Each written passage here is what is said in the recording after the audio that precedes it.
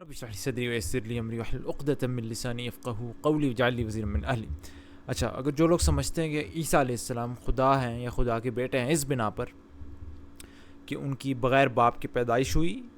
یا اس بنا پر کہ انہوں نے معجزات دکھائے،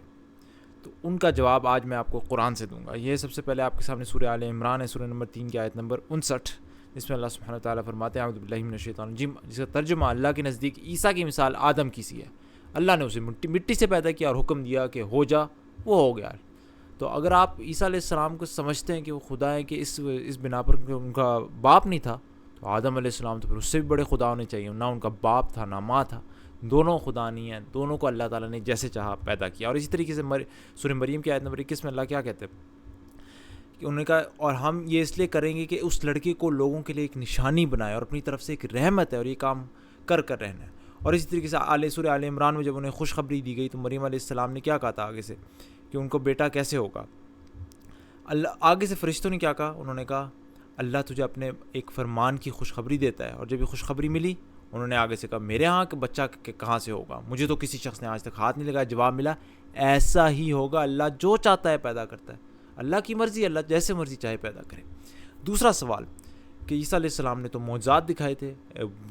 مردوں کو زندہ کیا تھا اور مختلف معجزات دکھائے تھے، اس وجہ سے وہ خدا ہیں۔ اس کا جواب قرآن کیا دیتا ہے؟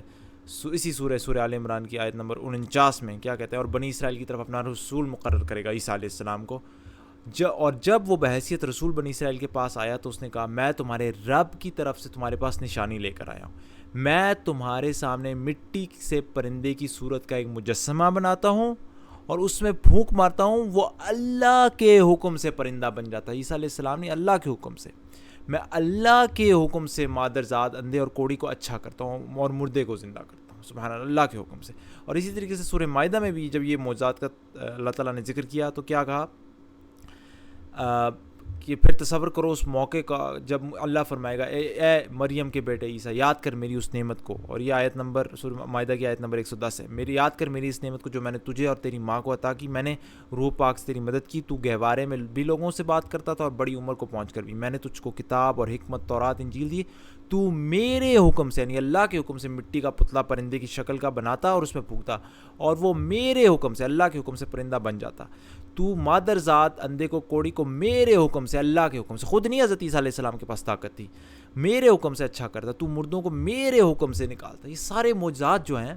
اگر حضرت عیسیٰ علیہ السلام نے کیے بھی تو اللہ کے حکم سے، حضرت عیسیٰ علیہ السلام کے پاس خود کوئی طاقت نہیں، تو سبحان اللہ آپ نے دیکھا نہ ان کی پیدائش جو ہے وہ اللہ کی مرضی سے ہوئی، جس طرح انہوں نے چاہا اس سے حضرت عیسیٰ علیہ السلام خدا نہیں بنتے، اور جو معجزات بھی تھے وہ حضرت عیسیٰ علیہ السلام کے پاس کوئی طاقت نہیں تھی، وہ اللہ کے حکم سے ہو رہے تھے۔ تو لہٰذا حضرت عیسیٰ علیہ السلام نہ خدا ہیں نہ خدا کے بیٹے، وہ اللہ کے بندے ہیں اور چنے ہوئے بندے ہیں۔ تو اللہ تعالیٰ ہمیں